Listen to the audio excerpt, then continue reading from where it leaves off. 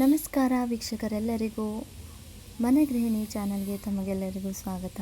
ಇವತ್ತಿನ ದಿವಸ ನಾನು ತುಂಬಾ ಸರಳವಾಗಿ ಸಣ್ಣ ರವೆಯಲ್ಲಿ ಉಪ್ಪಿಟ್ಟನ್ನು ಬೆಳಗಿನ ತಿಂಡಿಯಾಗಿ ಯಾವ ಥರ ಮಾಡೋದು ಅಂತ ನಾನಿಲ್ಲಿ ತೋರಿಸ್ಕೊಡ್ತಾ ಇದ್ದೀನಿ.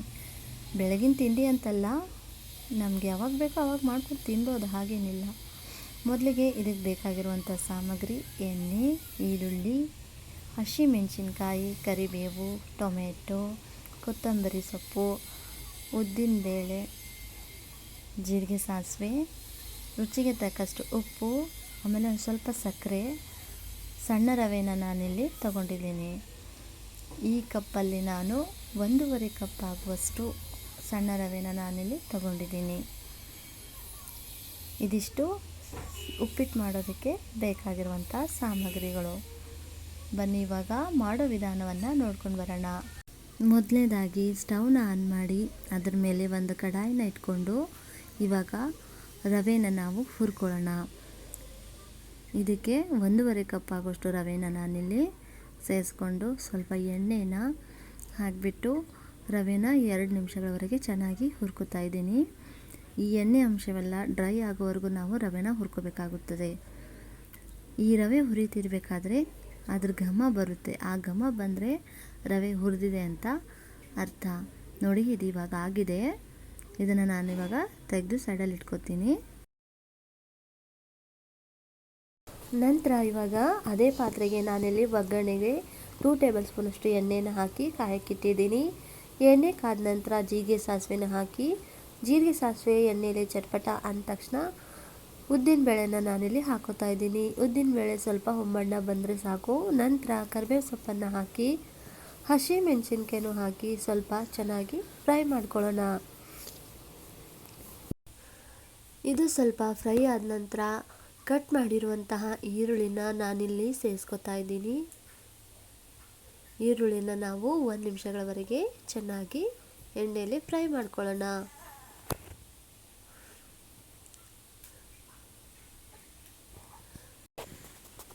ಈರುಳ್ಳಿನೂ ಚೆನ್ನಾಗಿ ಫ್ರೈ ಆಗಿದೆ. ನಂತರ ಇವಾಗ ಕಟ್ ಮಾಡಿರುವಂತಹ ಟೊಮೆಟೊನ ನಾನಿಲ್ಲಿ ಸೇರಿಸ್ಕೊತಾ ಇದ್ದೀನಿ. ಟೊಮೆಟೊನು ನಾವು ಚೆನ್ನಾಗಿ ಫ್ರೈ ಮಾಡ್ಕೊಳ್ಳೋಣ. ಟೊಮೆಟೊನು ಇವಾಗ ಎಣ್ಣೆಯಲ್ಲಿ ಚೆನ್ನಾಗಿ ಬೆಂದಿದೆ. ನಂತರ ಇವಾಗ ರುಚಿಗೆ ತಕ್ಕಷ್ಟು ಉಪ್ಪನ್ನು ನಾನಿಲ್ಲಿ ಸೇರಿಸ್ಕೊತಾ ಇದ್ದೀನಿ.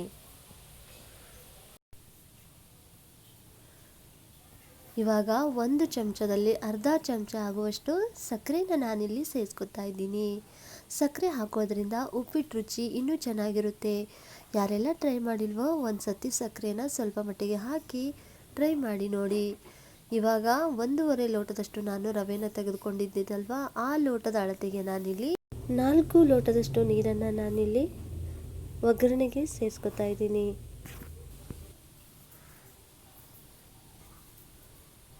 ಇವಾಗ ನೀರನ್ನು ಚೆನ್ನಾಗಿ ನಾವಿಲ್ಲಿ ಕುದಿಸ್ಕೊಳ್ಳೋಣ. ಒಗ್ಗರಣೆಗೆ ಹಾಕಿರುವಂಥ ನೀರು ಚೆನ್ನಾಗಿ ಕುದಿ ಬರಬೇಕು. ನೋಡಿ, ಈ ಥರ ಕುದಿ ಬರ್ತಾ ಇದೆ. ಇನ್ನು ನಂತರ ಇವಾಗ ಇದಕ್ಕೆ ರವೆನ ನಾನಿಲ್ಲಿ ಸೇರಿಸ್ಕೊತಾ ಇದ್ದೀನಿ.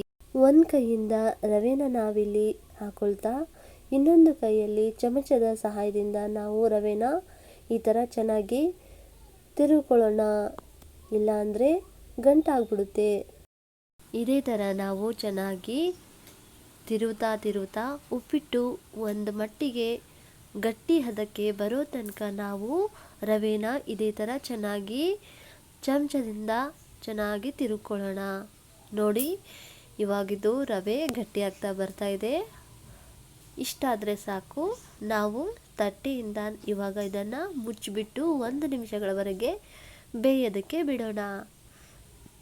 1 ನಿಮಿಷ ಆದ ನಂತರ ಪುನಃ ತಟ್ಟೆನ ತೆಗೆದು ಒಂದು ಸತಿ ಕೈ ಆಡಿಸ್ಕೊಳ್ಳೋಣ. ಚಮಚದ ಸಹಾಯದಿಂದ ನಾವಿಲ್ಲಿ ಉಪ್ಪಿಟ್ಟನ್ನು ಚೆನ್ನಾಗಿ ಮಿಕ್ಸ್ ಮಾಡ್ಕೊಳ್ಳೋಣ.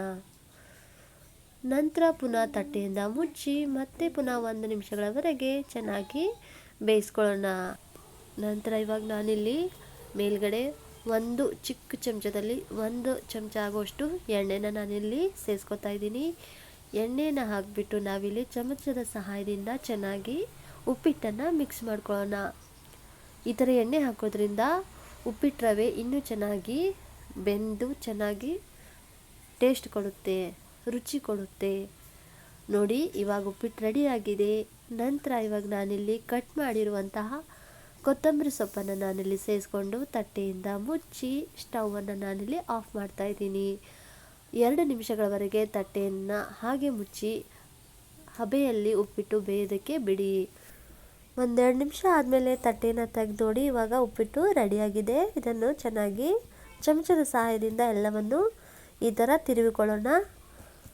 ಉಪ್ಪಿಟ್ಟು ಇವಾಗ ಸವಿಯೋದಕ್ಕೆ ಸಿದ್ಧವಾಗಿದೆ. ಉಪ್ಪಿಟ್ಟು ಬಿಸಿಯಾಗಿರುವಾಗಲೇ ತಿಂದರೆ 2 ತುತ್ತು ಜಾಸ್ತಿ ಹೊಟ್ಟೆಗೆ ಹೋಗುತ್ತೆ. ಇವತ್ತಿನ ಈ ಉಪ್ಪಿಟ್ಟು ರೆಸಿಪಿ ವೀಕ್ಷಕರೆಲ್ಲರಿಗೂ ಇಷ್ಟವಾಗಿದ್ದರೆ ದಯವಿಟ್ಟು ನನ್ನ ಚಾನೆಲ್ನ ಸಬ್ಸ್ಕ್ರೈಬ್ ಮಾಡ್ಕೊಳ್ಳಿ. ಹಾಗೆಯೇ ಪಕ್ಕದಲ್ಲಿರುವಂತಹ ಬೆಲ್ ಐಕನನ್ನು ಕ್ಲಿಕ್ ಮಾಡಿ ಆಲ್ ಅನ್ನೋ ಕ್ಯಾಪ್ಷನನ್ನು ಕ್ಲಿಕ್ ಮಾಡಿ. ಹಾಗೆಯೇ ನಿಮ್ಮ ಅನಿಸಿಕೆ ಅಭಿಪ್ರಾಯಗಳನ್ನು ಕಮೆಂಟ್ ಮೂಲಕ ತಿಳಿಸ್ತಾ ಲೈಕ್ ಮಾಡಿ, ಶೇರ್ ಮಾಡಿ. ಮತ್ತು ಸಮಯ ಕೊಟ್ಟು ನನ್ನ ಈ ರೆಸಿಪಿ ವಿಡಿಯೋ ನೋಡಿದ್ದಕ್ಕೆ ತಮಗೆಲ್ಲರಿಗೂ ಧನ್ಯವಾದಗಳು.